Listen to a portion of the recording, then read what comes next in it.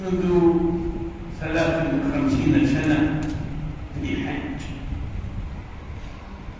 فجاء رجل كبير في السن يزيد عمره عن 90 سنة،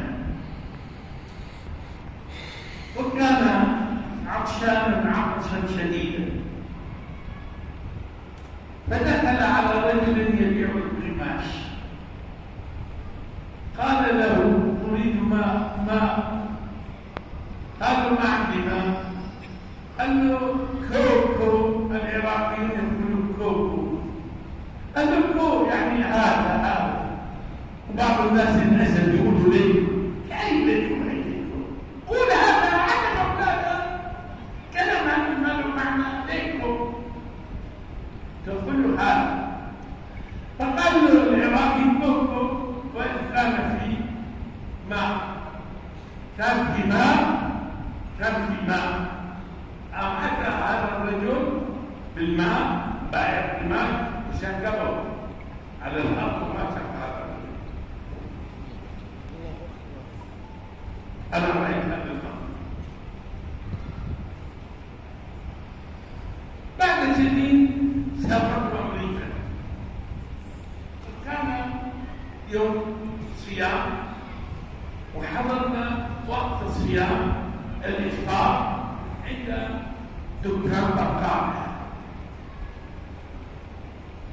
دخلنا عنده وقد أذن المغرب، فأخذنا أغراض ووضعناه أمامه. قلنا له: تأذن لنا أن نفطر هنا، مكان كبير. قال: تفضلوا، أنا ألبس هذا اللباس.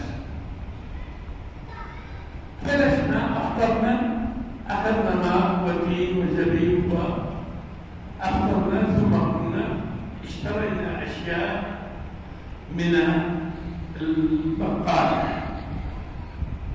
جينا عند الحساب، قال: هذا وفي ماء 5 لتر. قال: هذا الماء والتين والزبيب لأكل طول الإفطار، هذا هدية هذا الشيخ، لأن هذا يدعو إلى السلام. هذا الماء، وهذا اللي اشتريته بعد الإفطار يدفع ثمنه. فقلت في نفسي، وهنا الآن يستعد